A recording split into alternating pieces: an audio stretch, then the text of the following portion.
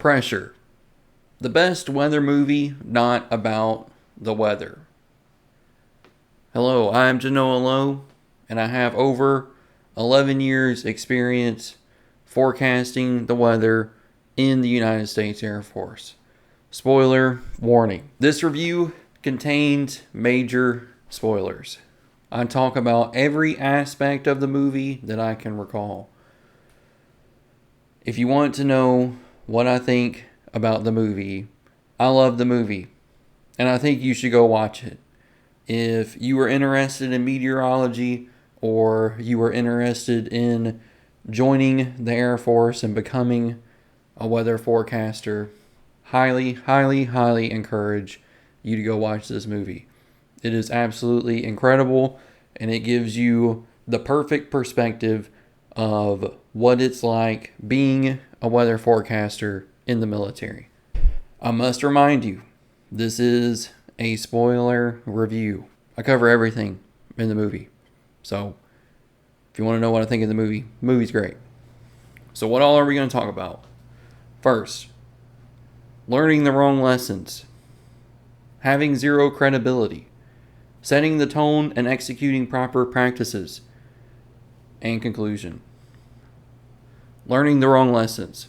Pressure demonstrates one of the most common pitfalls in meteorology.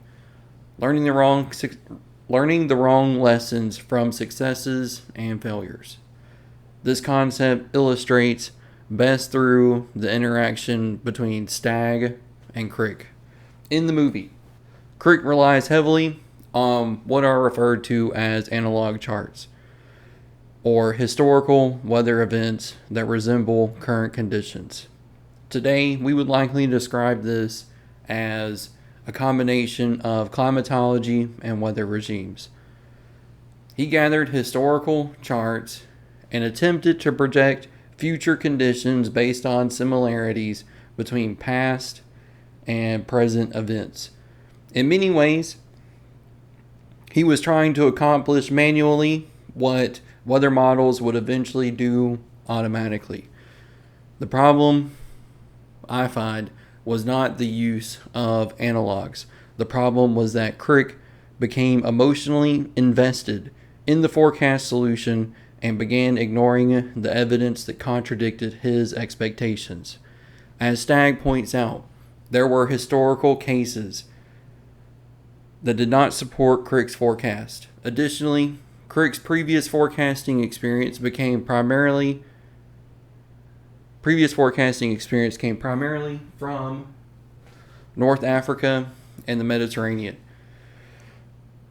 regions where weather patterns tend to be more stable and predictable than those found over the North Atlantic.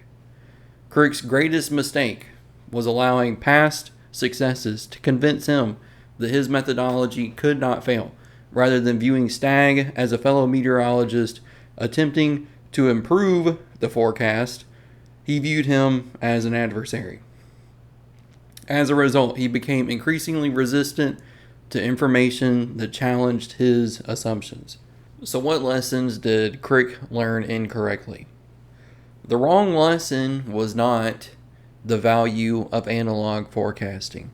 The wrong lesson was believing that analog forecasting alone could provide certainty.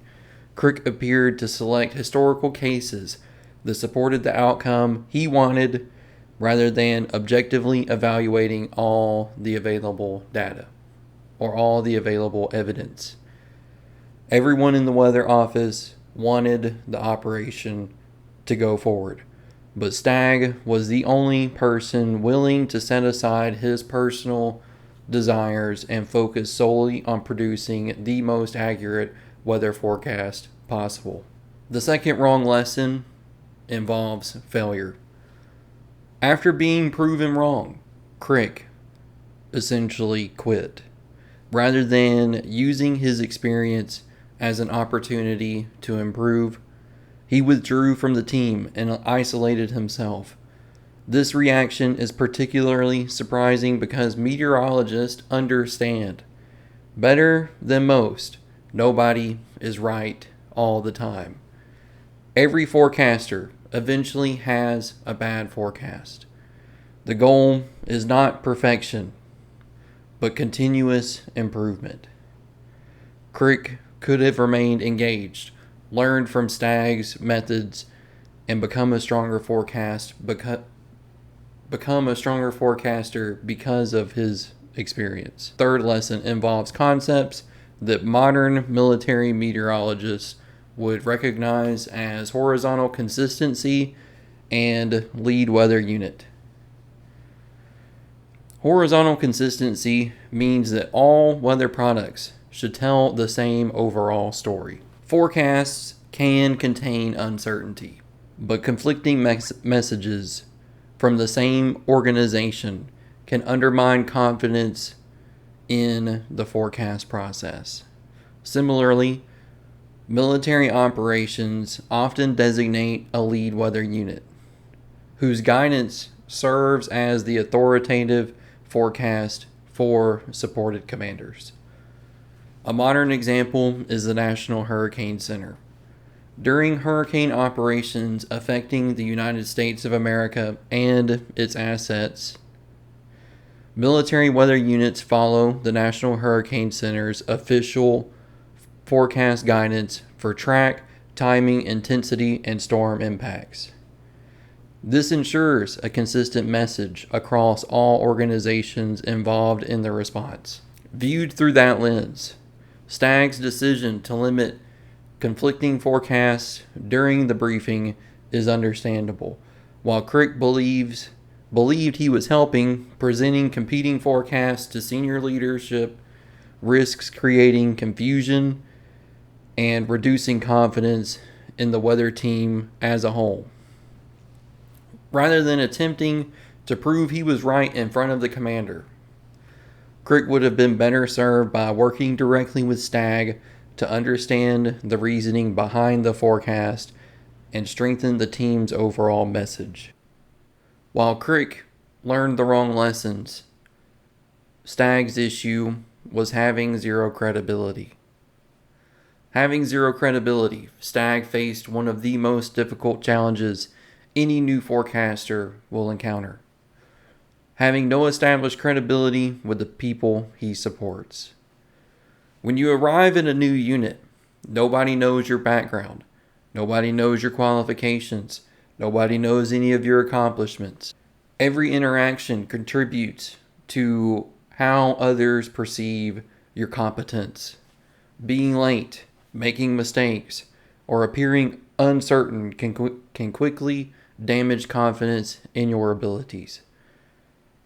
This challenge is especially significant in weather because decision makers often have to trust forecasts that cannot be immediately verified.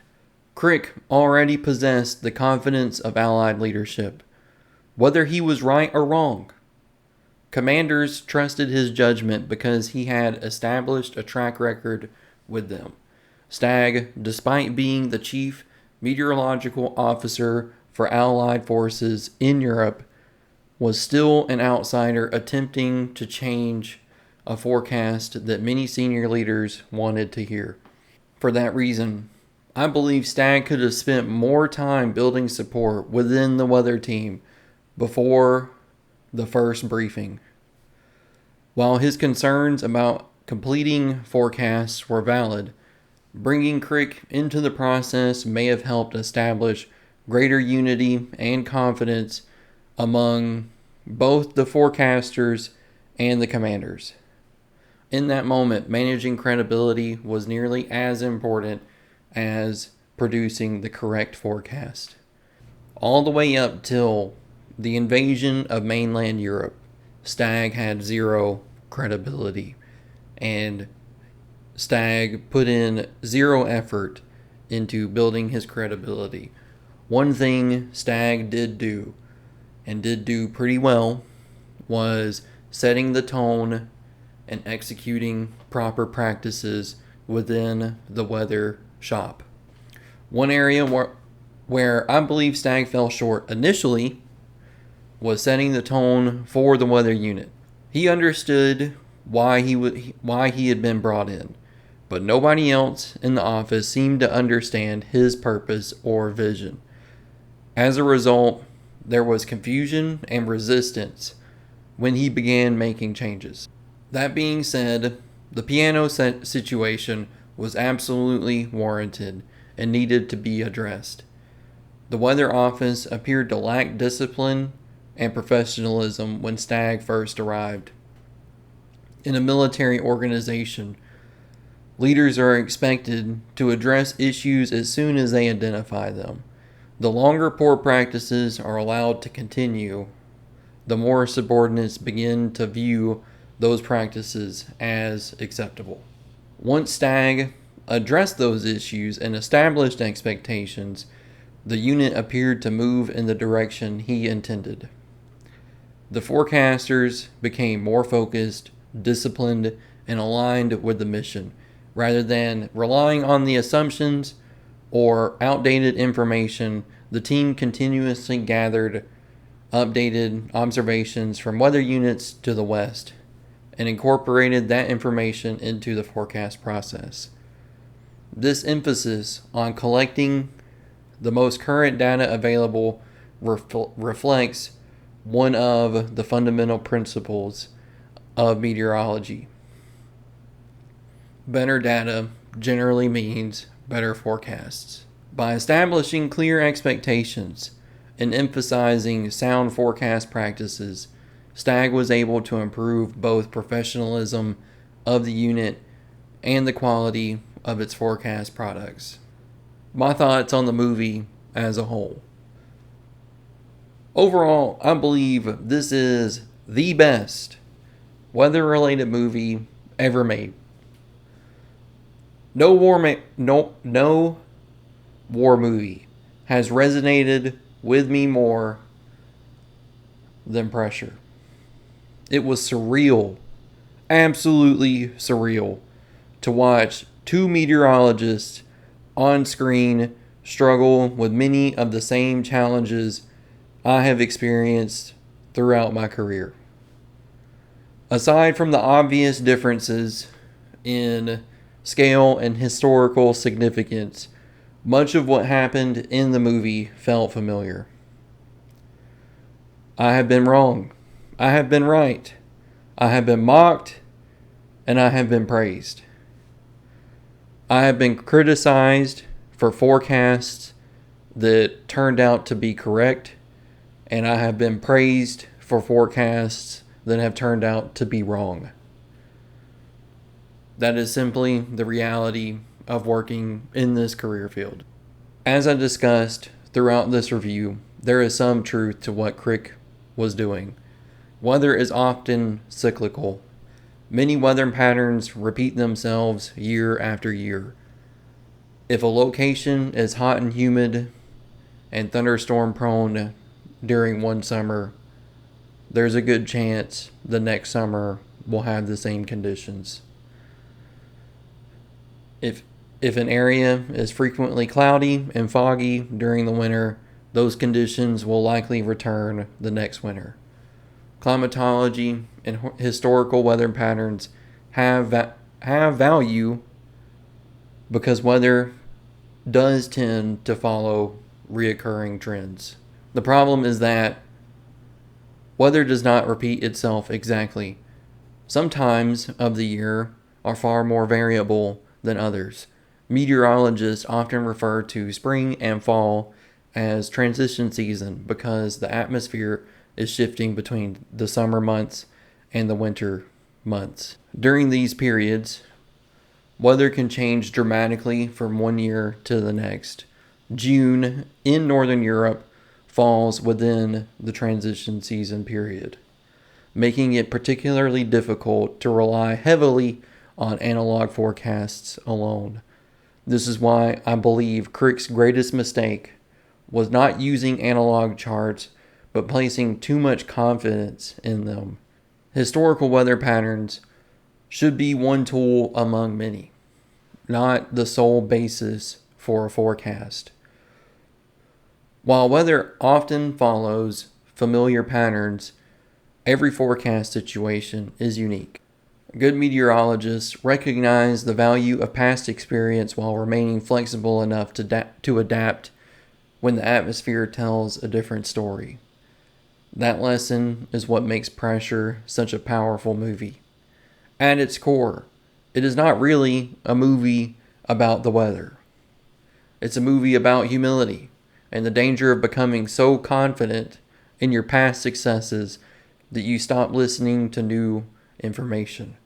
Those lessons apply just as much to modern meteorologists as they did to forecasters responsible for one of the most important weather forecasts in history. I hope you enjoyed the video. I have never done a video like this before. I used to stream about 5, 6, 7 years ago. Streaming is not like making a YouTube video.